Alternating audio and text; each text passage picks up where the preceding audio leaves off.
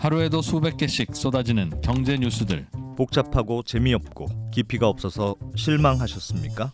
복잡한 건 쉽게, 쉬운 건 재밌게. 재미있는 건 깊게 전해드립니다. 뉴스는 이해다. 언더스탠딩. 유튜브에서 언더스탠딩을 검색하세요. 좋아요만 누른 당신 부끄럽군요. 구독 누르세요. 네, 바로 네. 백브리핑 김상훈 기자님.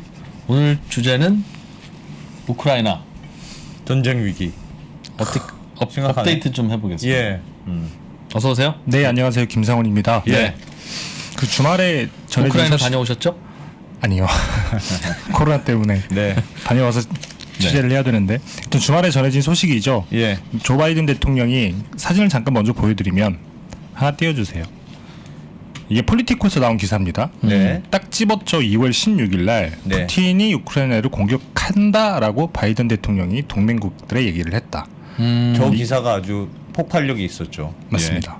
그래서 제가 뭐 구체적으로 진짜 어떤 내용이 있었나 한번 살펴봤는데요. 네. 다음 사진을 보시면 그러니까 말씀드렸던 것처럼 조 바이든 대통령이 동맹들한테 얘기를 했다라는 이야기가 나오고 예. 이 소스가 그 복수의 미국 관료예요.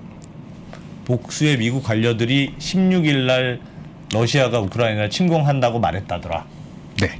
바이든 대통령이 동맹들과의 통화에서 그렇게 얘기를 말했다더라. 했다더라라고 얘기를 했고 예.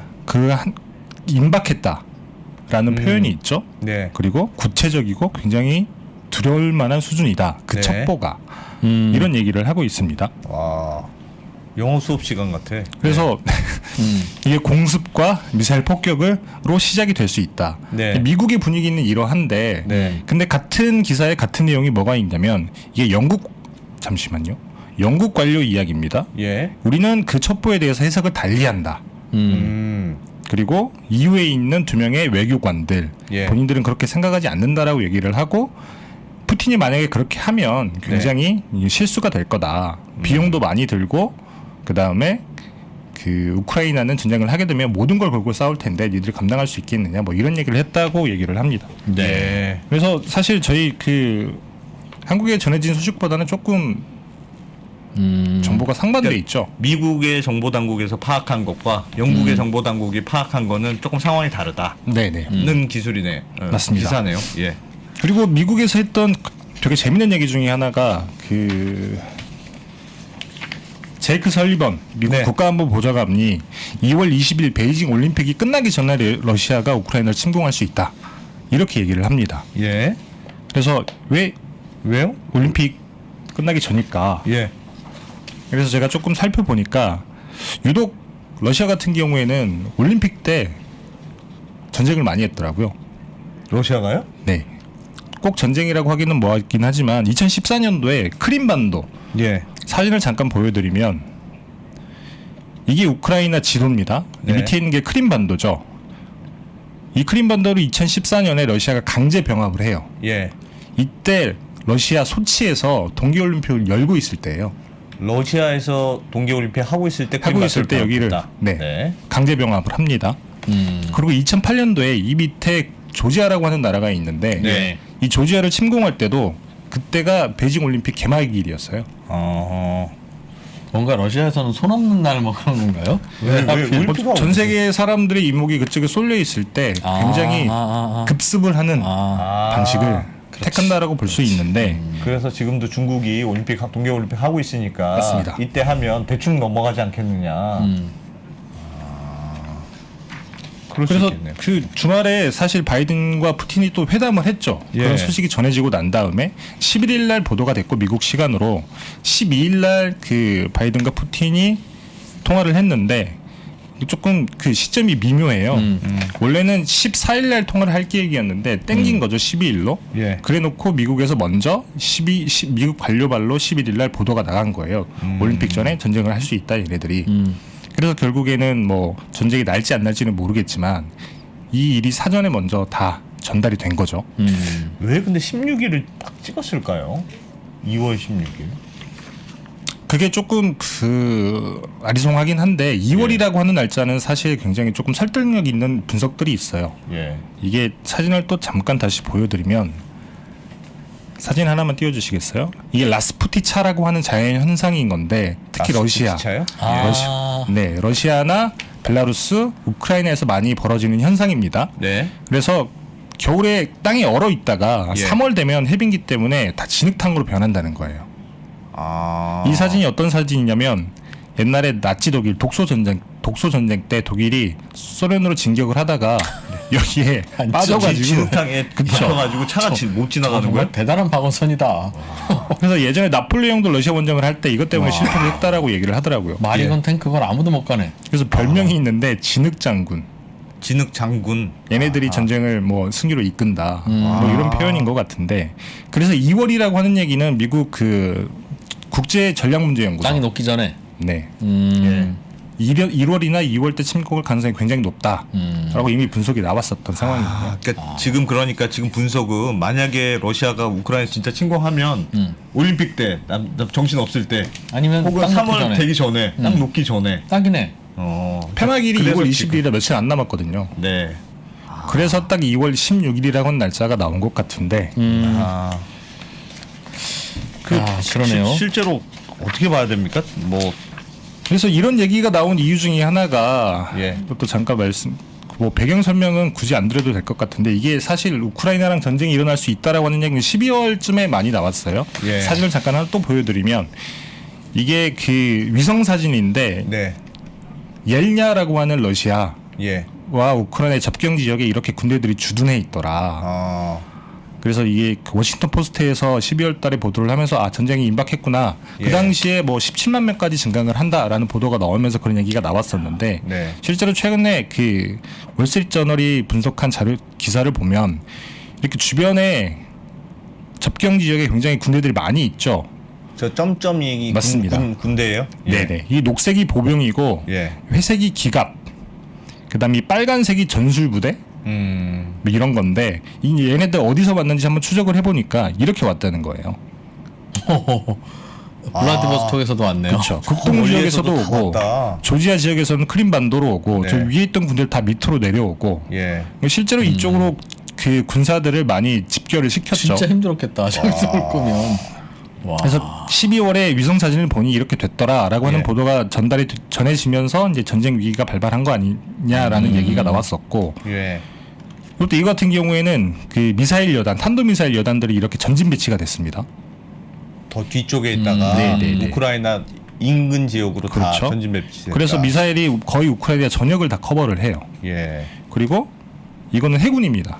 함대들이 이렇게 이동을 했어요. 태평양 함대는 지중해로 왔고 발트해 함대는 이렇게 흑해로 왔고. 야, 저거 보면 심상치가 않네요. 그래서 지금 8척 군함이 이 크림반도 앞에 있는데 예. 여기서 미사일을 쏘면 우크라이나 다 전역을 다 이렇게 타격할 수 있다고 합니다. 아하. 이렇다 보니 전쟁이 나는 거 아니냐. 예. 그리고 아까 말씀드렸지만 그 올림픽이라고 하는 항상 그 러시아가 뒤통수를 치던 시기도 있고 예. 그래서 2월 16일 날 전쟁이 일어나는 거 아니냐라는 이야기가 계속 돌고 있는 겁니다.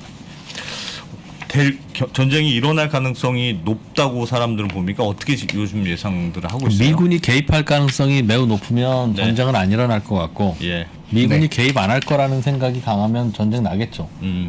어떻게 요즘 예상이 많습니까? 일단 시나리오는 6가지인데 이게 제가 CIS에서 시나리오를 한번 가져와 봤어요. 예. 그러니까 이 극적으로 협상이 타결이 되고 민스크 협정이라고 하는 게 있어요. 이게 우크라이나랑 러시아 분쟁의 원흉이긴 한데 오늘 시간이 없어서 설명을 못 드리긴 했지만 예. 그래서 서로 이 협정을 이행하라고 하고 있는 건데 그래서 예. 미국이랑 러시아랑 극적으로 협상을 해서 타결이 되면 그 민스크 협정을 이행하는 수준에서 끝나는 거고 예. 그게 아니라고 하면 두 번째 조금 악화된 시나리오인데 러시아가 이 도나스 지역이라고 하는 그 우크라이나 동쪽에 분쟁 지역이 있습니다. 석탄 많이 동쪽에. 나는 그쵸. 친러시아 그쵸. 지역. 맞습니다. 반군 세력들이 있는 여기에 평화유지군을 급파를 하게 되면 전쟁까지 가지는 않겠지만 긴장은 고조가 될 수 있죠. 그나마 이게 조금 그 긍정적인 시나리오인 건데 예. 여기 보시면 이게 CIS에서 그 시나리오 최악의 시나리오들을 조금 예상을 한 거거든요. 예. 이쪽으로 이게 넘어 들어오는 거예요. 벨라루스를 통해서 들어오고 러시아에서 이렇게 진격을 하고 이렇게 들어와서 이게 그 도네프르 강이라고 하는 건데 이 동편을 다 장악을 하는 겁니다. 이렇게 되면 거의 뭐 전쟁이 나는 거겠죠. 그래서 사실 우크라이나가 그 나토에 가입을 한다라고 하면서부터 러시아랑 계속 분쟁이 일어나고 있는 건데 그 미국이나 서방 같은 경우에는 우크라이나의 나토군을 주둔을 시키지 않고 있기는 해요. 예. 물론 이쪽 그 나토 회원국들에게 그 병력들을 증파를 해놓기는 했는데 네. 그래서 러시아가 이렇게까지 들어오게 되면 이게 최악의 시나리오인 건데 이렇게까지 들어오게 되면 진짜 전쟁이 나겠죠. 근데 그 나토군이 있기 때문에 러시아가 이렇게까지는 들어오지 않을 거다라고 예. 하는 그 전망들이 많이 있기도 하고 한국에서도 그 전문가들이 뭐 대치와 마쿠 협상 예. 이런 것들이 계속 진행이 그 위기가 지속되는 수준에서 갈등이 지속이 될 거다 이렇게 얘기를 하고 있는데 이 투자 시장에서는 조금 베팅이 조금 달리 하고 있습니다. 이게 뭐냐면 그 펀드가 루브라에 베팅한 네. 편인데 이 위기가 순매수 이게 순매도예요. 예. 계속 이렇게 위기가 고조됐을 때 순매도를 하다가 팔다가 최근에 순매수가 되게 많이 샀죠. 들어왔네요. 아. 이게 그 23개월 만이라고 해요. 예. 그래서 뭐 루브라를 산다라고 하는 것은 전쟁이 일어날 가능성이 낮다라고 본다라는 거겠죠. 또 이것뿐만 아니라 러시아 국채 수익률도 1월달에 11% 넘게 최고치를 찍었다가 최근에는 예. 9.8%까지 떨어졌다고 합니다. 예. 그것도 채권을 많이 산다라고 하는 얘기니까. 그리고 뭐 우크라이나 정부가 디폴트를 대비해서 보험비를 내는데 그 네. 비용도 1월 최고점 대비해서는 절반 수준까지 떨어졌다고 하고 아하. 그래서 금융시장에서는 전반적으로 전쟁까지는 나지는 않을 거다라고 네. 판단을 하고 있는데 다만 뭐 주식시장은 굉장히 많이 빠졌죠. 예. 나스닥도 많이 빠졌고 그랬죠. 코스피도 많이 빠졌고 가뜩이나 불안한데 지금 이것 때문에 더 맞습니다. 빠진 거죠. 그리고 전쟁하려면 그냥 기습하지 않았겠어요? 우리 전쟁하러 간다 보통은 그러하죠. 하고 다 그냥 국경에다가 모아놓고 그러니까 이건 완전 저의 예상 시나리오인데 예를 들면 전쟁을 하려고 해도 명분이 있어야 될 거 아니겠어요. 네. 그러면 무슨 제가 총 쐈어? 이렇게 해가지고 싹 들어가야 되는 건데 기습적으로 그냥 갑자기 공격할 수는 없으니까 뭔가 빌미를 가지고 명분을 가지고 들어가는 건데 이번에 미국에서 발표한 거 보면 16일뿐 아니라 예. 쟤네가 명분을 만들려고 작전을 짜고 있다는 식의까지 공개가 맞습니다. 이번에 됐거든요. 네네. 그러니까 그렇게 할 것 혹시 할지도 모른다고 생각해서 네. 일종의 연막 작전처럼 못하게 하려고 미리 사전에 다 그래요. 미국이 잘라버린 거 약간 아닌가. 시나리오를 이렇게 쫙 퍼뜨린 거 아닐까? 그런 생각도 좀 들어요. 근데 크림반도도 그렇고 우크라이나도 그렇고 네. 네. 러시아가 언제 침공해도 명분은 있어요. 뭐 왜 네. 남의 나라 침공해라는 반론은 있으나 네. 저 원래 우리 땅인데 자꾸 나토 가입하려고 그러는 건데 우리의 그거지 계속 주장하는 게 네. 미국 대통령 만나서도 푸틴이 하는 얘기가 네. 분명히 동서독 통일할 때 딱 안 하기로 베를린까지만 넘어오고 나머지는 다 우리 저 우방국들 하기로 했는데 다 야금야금 먹으면서 다 국경까지 오지 않았냐. 네. 안 된다 우크라이나는 하는 얘기 계속 해왔기 때문에 언제 크림반도 점령하듯이 확 점령해도 에이, 러시아 저럴 줄 알았어. 그러니까 이제 되는 거라서. 크림반도 때는 근데 작전처럼 그 안에 있는 사람을 시켜서 그 사람이 그 뭐지 총리가 되는 방식으로 한 건데 또 예. 전쟁은 굉장히 다른 얘기가 될 수는 있죠. 그렇군요. 알겠습니다. 근데 하여튼- 걱정이에요. 근데 들어가면 바이든이 과연 참전을 할 거냐? 네. 참전을 하기는 좀 쉽지 않은데 전쟁은 일어나지 말아야죠. 참전을 안 하기에는 지지율이 너무 낮아요. 맞습니다. 그런 것도 문제야 진짜. 지지율이 너무 낮아서 바이든이 지지율이 너무 낮다는 게 그렇게 굉장히 여러 참전할 가지 가능성이 모르겠습니다. 물가가 높은 것도 지지율 낮으니까 더 강경하게 대응하는 것 같기도 하고. 네. 알겠습니다. 한동안 전쟁 없었는데. 김해. 에이, 걱정할 게 많네요. 네. 김상훈 기자님 이제는 취재 영역을 어예진 소장님 둘이 알아서 합의 잘 보십시오. 알겠습니다. 네. 고맙습니다. 고맙습니다. 네, 감사합니다. 네. 가만히 계십시오. 예, 맞습니다. 그렇게 투자하십시오. 세상의 변화를 애써 무시하십시오.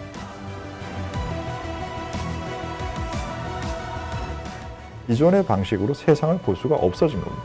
당신이 잠자는 동안 누군가는 수익을 지키고 예전엔 답이 있었으니까 그냥 그대로 하면 되지만 이제는 구조를 스스로 짜셔야 됩니다. 누군가는 새롭게 나아갈 것입니다. 변화하고 싶다면 지금 만나십시오. 오종태의 투자 신세계.